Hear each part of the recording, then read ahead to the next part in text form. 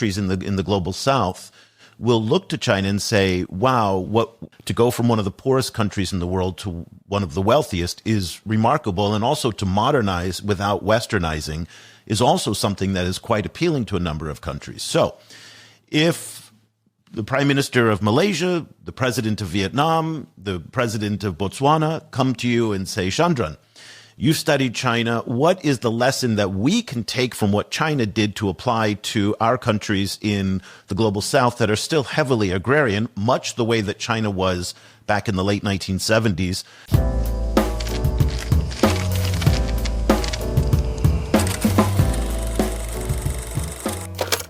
欢迎来到本期视频。先介绍一下背景啊，主持人艾瑞克·奥兰德是美国人，15岁开始学中文，1985年在美国念高中时就在华人电台打工。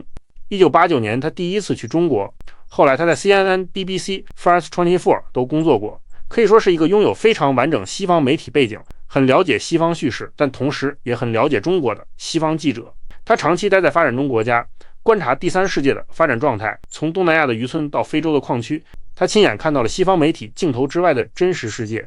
他很早就意识到所谓的中国威胁论在发展中国家根本没人买账，后来他创办了中国全球南方项目，专门记录这些被西方主流媒体忽略的声音。嘉宾是钱德兰奈尔，是马来西亚印度裔东南亚政治思想家，罗马俱乐部执行委员。他本人就扎根于发展中国家，对东南亚的政商生态、资源博弈和社会发展有极其深入的观察。他反复指出一个事实，西方那套高消费、高负债的发展模式对全球南方来说既不可复制也不可持续。他最近出了本新书叫《理解中国》，书里有一个观点，西方对中国的焦虑不是因为中国做了什么，而是中国已经来了。用他的话说，中国不需要成为美国，但西方必须接受一个非白人、非西方的文明型国家已经坐在了餐桌上。好了，话不多说，我们来看正片吧。Last year, I gave a talk at a university in Singapore where it just so happened that almost the entire audience I was speaking to was from China. These were all students. Part of my presentation included a series of photos when I was a student traveling in Beijing and Shanghai way back in the 1980s and the early 1990s. And what was so fascinating was to see the reaction on their faces, on these kids' faces, to these pictures that to them just made them laugh, and they just marveled at, because the world depicted in those photos might as well have been from the 16th century. China back then was poor, and I mean it was really poor. When I lived with a family there in Beijing for a short period back in the late 1980s, we had to use ration coupons for food. Virtually no one had cars, and there were very few personal luxuries. In fact, the house that I stayed at was heated in the very cold Beijing winters just because of a pile of coal that was dumped on the street in front of the house. You went out with a bucket, scooped up some coal, put it into that bucket and brought it back inside and put it into a furnace. That's how a lot of houses back then were heated in Beijing. Now, this made no sense to these kids in Singapore that day who grew up in a country that is now one of the most advanced in the world, and personal luxuries are everywhere. They never knew that country that I lived in all those years ago, which is why they found it so perplexing that this wasn't ancient history. These changes in China happened within my lifetime over the past 40 years. While China's opening up and modernization has brought enormous wealth and improved the quality of life of its people, it's also triggered a lot of anxiety in other parts of the world, namely in the US and Europe, where a lot of people feel that China's rise has been at their expense. Given the tensions in the world between China and the US and Europe and other countries, so understanding China feels like it's more relevant than ever. So let's just dive right into it. Well, what do you want people to understand? Again, what's the misunderstanding here that you thought you need to correct? Well, I think all of us who have you've lived in China. I first went to China in 1989, 1990. I stayed in the Beijing hotel, and as you well described, there's hardly any heating. You didn't get the keys to your room, etc. And so I think the misunderstanding is profound. And the misunderstanding that somehow China is some sort of tyranny run by a bunch of autocrats, and that there is no freedoms at all, and that it continues to be a place in which people can't flourish, and that the state is all powerful and that it cheats, etc. All of those things that we've heard about. You've even, I think, rightly said that in Europe and in the USA, there's a feeling that China has grown at their expense, which is a rather sort of rich thing for Europeans and Americans to accuse another country of. So to try and get people to understand that this is a civilizational state, profound in its understanding of its role in the world, clearly with shortcomings too, and the book does explain those shortcomings, but it is a civilizational state that is essentially recognized its past failings and where it was too weak, and it had to create stability. And through a system of meritocracy, which I described in the book in terms of the governance systems, etc., rooted in its civilization and culture, has embraced the world. And I also think it's important, and I again want to be politically neutral here, get people to understand that the evidence to date is that China is not a state looking to essentially, and there are people who will look at things like Tibet and all of those things. And these are issues to be talked about. But China is not an expansionist state that the rest of us will have concerns about its size, particularly us in Southeast Asia. But I don't think there's a view, and this needs to be shared, that China's going to come and take over Malaysia or Vietnam and things like that. So that's also very important to understand. And that's what I wanted people to understand. And it's like any other government going to any other state, going through a huge amount of challenges and trying to, raise the well-being of its people and meeting all sorts of challenges in a very complex, globalized world. Yeah, I mean, you talk about in the book the economic transformation and this pick up on this idea of the resources.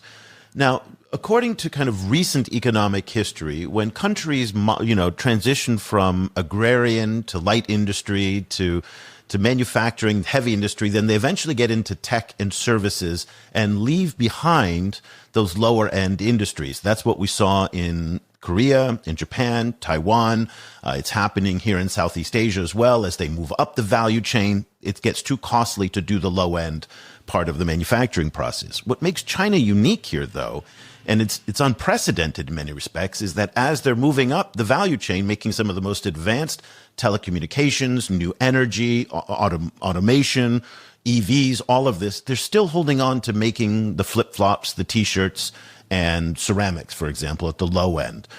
Now, China's facing a number of challenges at the same time that you also bring up in the book in terms of demographics and its population that doesn't really want to work in factories too much anymore.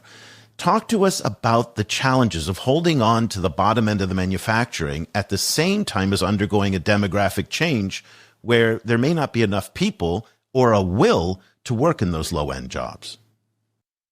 Yeah, I think I'll be careful as I frame this, but that whole narrative that you just described, again, came from the neoliberal economic model of the West, right? That this is how economics works, this is how countries work.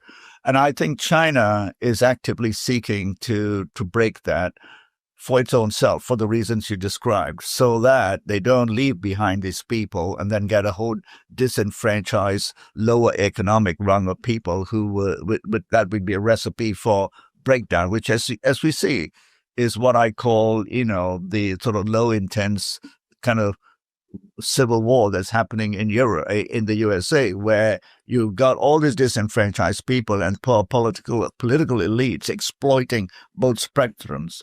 So, as you pointed out, and I went to China and saw in the previous life I had as a consultant doing a lot of due diligence, etc., the arrival of the investments in China, the due diligence being done, the conversion of the state enterprises to these joint ventures with companies like GE and all of those. And China went along that because it had to lift as many people as possible. Then we saw the peak of manufacturing, which I'm sure you're very well versed in. And I think, it depending on how you want to look at the numbers, it peaked maybe about 15 years ago, the peak of manufacturing. And then we saw people essentially having to move back to the rural areas. And then you saw the Chinese policy of revitalization of the rural areas, putting very smart people to it. I think this is a challenge for all our countries. As a Southeast Asian and as a Malaysian, I warn our governments about the sort of, single track trajectory towards tech dominated economies and forgetting the most basic things. And so I think, as you said, sticking to the lower end is important, but more importantly, what I see is redefining what meaningful employment looks like, and therefore what fiscal and monetary policy can look like in the Chinese context. So in that sense, I think you will agree with me that for many parts of the world, the trajectory with regard to where climate is going, what all the resource constraints are doing, means that one of the most important industries going forward will be actually food production and food security. And that cannot hinge on the industrial model that was exported around the world and perfected, particularly in the United States. We're going to have to do something different because we have to use labor with all the population that we have in the rural areas and use labor as an input rather than the entire mechanization and chemicalization of our food supply chains. So I think the Chinese system is looking and acutely aware that while it is on this trajectory, and I don't think it should compete with the United States or any other country for tech dominance, what for? It is aware that it has to be part of what that technology looks like. The most important thing is, what will people do meaningfully for work? How will they be paid? And I think there are lots of other possibilities in terms of how you look at fiscal and monetary policy. You could pay people to actually plant trees and clean up the rivers, just as this analogy for Southeast Asia, etc. Or food security is going to be very important in rural revitalization. So I think that's the thing. And we don't know how that script's going to look like. And I believe China is the first country, because it's large, is going to have to do that. Of course, being of Indian origin, though born in Malaysia, I'm very interested in the parallels with India. How India, I think 25 years behind, but is going to deal with the issue today of food security and having, arable land, a third of the land that China has, but perhaps almost equal in terms of arable land as well, but population density much higher. So then I want to take advantage of your background as someone from Malaysia of Indian descent who knows a lot about Southeast Asia. I live here in Southeast Asia as well, and I've spent most of my life in the developing world. And a lot of countries in the global South will look to China and say, wow, what couple things have happened in the space, again, of my lifetime and your lifetime. This is not ancient history. To go from one of the poorest countries in the world to one of the wealthiest is remarkable. And also to modernize without westernizing is also something that is quite appealing to a number of countries. So if the Prime Minister of Malaysia, the President of Vietnam, the President of Botswana come to you and say, Chandran, you studied China. What is the lesson that we can take from what China did to apply to our countries in the global South that are still heavily agrarian, much the way that China was back in the late 1970s when paramount leader Deng Xiaoping started the reform and opening up period? What would you tell them based on your book and your life experiences? No, that's a great question, Eric. And, in fact, before I even thought about this book and with my colleagues, I wrote a book, which you might probably know is called The Sustainable State. And that's formed the genesis of much of my arguments and about where our region and developing countries in Africa go. And I would say to them, to your question first, China has succeeded, and I believe all countries need to succeed, not using the China model, but the principles of essentially, in the era we live in, of having a strong state. But by that, in the West, it's typically seen as being authoritarian, but essentially a competent state capable of long-term planning. And so when I talk about the book, that the Chinese strength has been meritocracy, and that's also civilizational. And we've had we've had a series of global conversations that we've done around China, where we've had Chinese experts and others talk about and something that I would like people to understand in this conversation about the importance that the Chinese place on meritocracy. And I won't compare it with leaders from Europe or USA, but most of those people would not qualify to even get up to a provincial level governor. So the first is meritocracy and competence right through government. And I can give you a lot of examples of, with the different countries. You can go to a small town in China, you meet the mayor, as he or she is 40 years old, PhD in economics and a first degree in chemical engineering or something like that. So the best people go and work with the state. Second is essentially the whole issue of a communitarian view of the role of government and service. And this is a premium in China. There are certainly examples of people who have abused it. You and I know about that. But the fundamental thing is it's a society based on a communitarian system of governance, that you achieve results because you serve society and you do that. And third has been, in my view, and I know this as I traveled through Southeast Asia, and people say, how do they deal with the corruption thing so well? And they all know that, especially in the last 12 years or 10 years, with President Xi, there has been a real focus on getting rid of corruption. And so you take all of those three ingredients and you've got essentially what, in my view, and I've worked in Southeast Asia a lot. I also lived in Africa. I don't know if you're aware. And those are the conclusions I came to in my first book on the sustainable state. You need a strong state that is essentially based on competence, meritocracy, zero tolerance for corruption, and is communitarian and has a method and a governance system that essentially puts communitarian needs and the metrics in place to do that. And that, I think, is the China formula. And not many countries can follow that. Even my own country, it's tough. It's where tough. Corruption is rampant, yet we are a smaller country, so it hasn't taken us down the drain. But it's a major problem in the country, and it's tough. You need political leadership. 好，视频看完了，我们来聊几个有意思的点。第一，中国模式为什么那么难抄？钱德勒在书里总结了一个中国公式：贤能政治加社群主义加零容忍反腐。看起来简单，但做起来难如登天。首先，贤能政治在中国的传统文化里，我们可能觉得理所当然，但放眼全世界，这其实是极为先进的思想。你去看大部分南方国家，要么是家族世袭，要么是部落割据，要么是裙带腐败，政令不出，总统府。即便是在自诩民主标杆的欧美，那些靠选票上位的政客，很多人也空有口才，却拿不出任何像样的政绩。其次，社群主义，中国的治理逻辑是，你首先要服务于社会，你做出贡献才能得到晋升。